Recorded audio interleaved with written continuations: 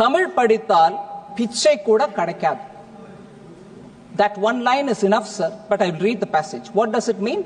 If you learn Tamil, even bhiksha, meaning a beggar cannot also survive.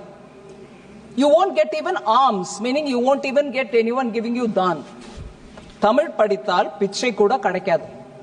Tamil படித்தது பிச்சை எடுப்பதை தவிர வேற உயிர் வாழ ஒன்றுக்கும் பயன்படவில்லை என்பதோடு இதற்காக செலவு செய்த காலத்தை வேறு துறையில் செலவிட்டால் வாழ்வில் பயன் ஏற்பட்டிருக்கும் என்பதை 100 ஆண்டுகளுக்கு முன்பே தமிழ் கற்ற ஒரு அனுபவ புலவர் பாடியுள்ளார். He says that. He says, if you had spent that time. Tamil பிச்சை எடுக்க கூட உதவாதா? ஓரளவு உண்மைதான்.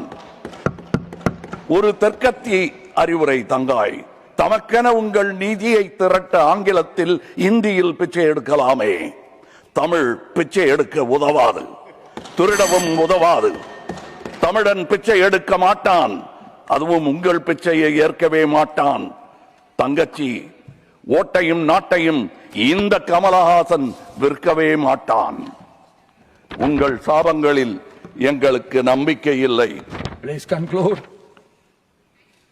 உங்களுக்கு இருக்கக்கூடும் என்ற நம்பிக்கையில் நீங்கள் உணர என் திட்டத்தை சாபமாய் போடுகிறேன்.